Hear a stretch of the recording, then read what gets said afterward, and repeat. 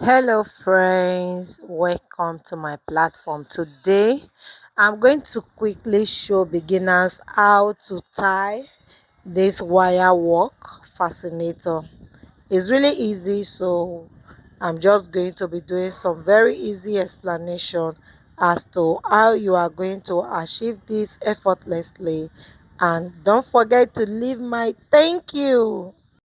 All right, so to achieve this, you start by tying and wrapping your wire and also adding your bead.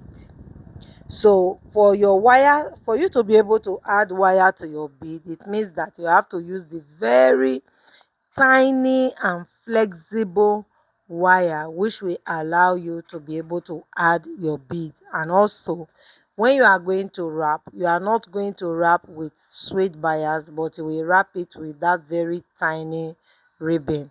If you look at the end of the table that way, you will see the ribbon, so you can zoom close for you to see it. And also, you are expected to make your wire in different sizes with difference of at least 6 to 8 inches in between.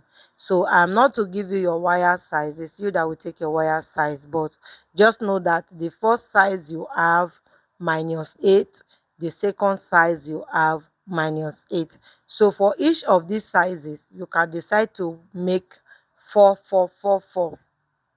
So if you are making like 20 inches, let your 20 inches be 4 -8, that will be the next one. If you are making 30 inches, just like that. And then the first one that we add as the frame for the turban base is just going to be 1. I hope you understand what I'm saying. So your number 1, which should be the very first big one, should be bigger than every other one. Then the number 2, which should be inside, should have at least 4 same wire that is equal to it, and -8 from the number 1. Okay, so that is how you do it. And well, depending on how full you are looking at it, you can have up to 15 different wires that you are going to be combining. Anyway, the method I am using is not the only method that is being used, but this is the method I normally use and it works for me. So when you are trying to join, you are just expected to like fold it from circle into egg shape, that is fair, that is egg shape. You know how egg shape is not completely circular. So just you just bend one edge, bend the second edge, it will make it longer, because remember that the circle is not equal with the first one. There is difference of 8 inches, so you are going to get that difference by just pressing on it and turning it from circle to that egg shape. Okay, so you just like press it a little like you see me doing now.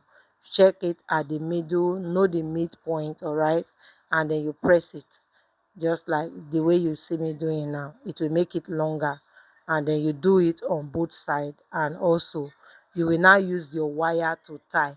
Okay, so I am tying with beading wire. That wire we use for making beadwork. Okay, that's what I'm using to tie. You can tie with thread. It's not compulsory you tie with beading wire, but I tie with beading wire because it's easier. It makes it easier for me. Okay, so that's why I tie with that one, so that it will be easy. Sometimes when you tie it with thread, the thread will end up the thread will end up losing sometimes before you will get ready to now start to wrap it. So when I tie it with the beading wire, I'll still go ahead and wrap it with the same ribbon to cover all of the part where the beading wire is. And please take note, I do not remove the wire. I tie it like that and leave it, and then I will go ahead and wrap it and cover it. I will cover the wire with the ribbon that I will be using. All right, so that you will understand exactly what I am doing. Also, there's something very important you should take note of. That is the placement of each wire. It is north, south, east, west. So for every positioning of a new wire, it is north, south, east, west. So when you place your number 1, it will go to two angles, north and south. When you place the second one at the middle, it will go to the next angle, east and west. When you place the fourth one, you will start another north and south. And then when you place the fourth one, it will be east and west. When you place the sixth one, that is how you keep placing it. Don't just place randomly. Make real target of what I just explained now: north, south, east and west. So for every placement, until you will finish placing your 10 or 15 wire, it is north, south, east and west, north, south, east and west, north, south, east and west. And when you do it like that continuously, and you will see a very good result. So look at it.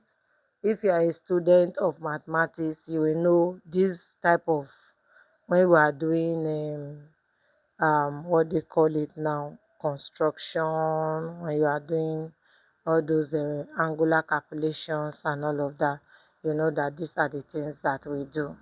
So how do this look? So we'll place and place and place until we finish placing.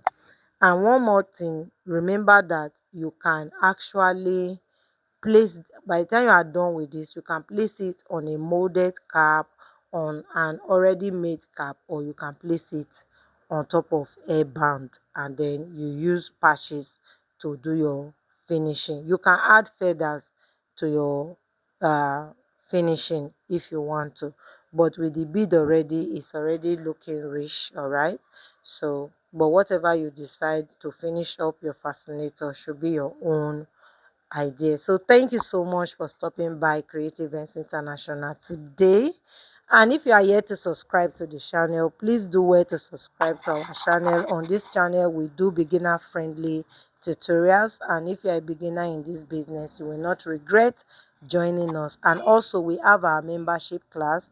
So if you want to get further information or training on some of my special turbans, you go ahead and join our membership classes, and you will see the different things that we have to offer you there. Thank you very much. I'll see you in my next video. Bye.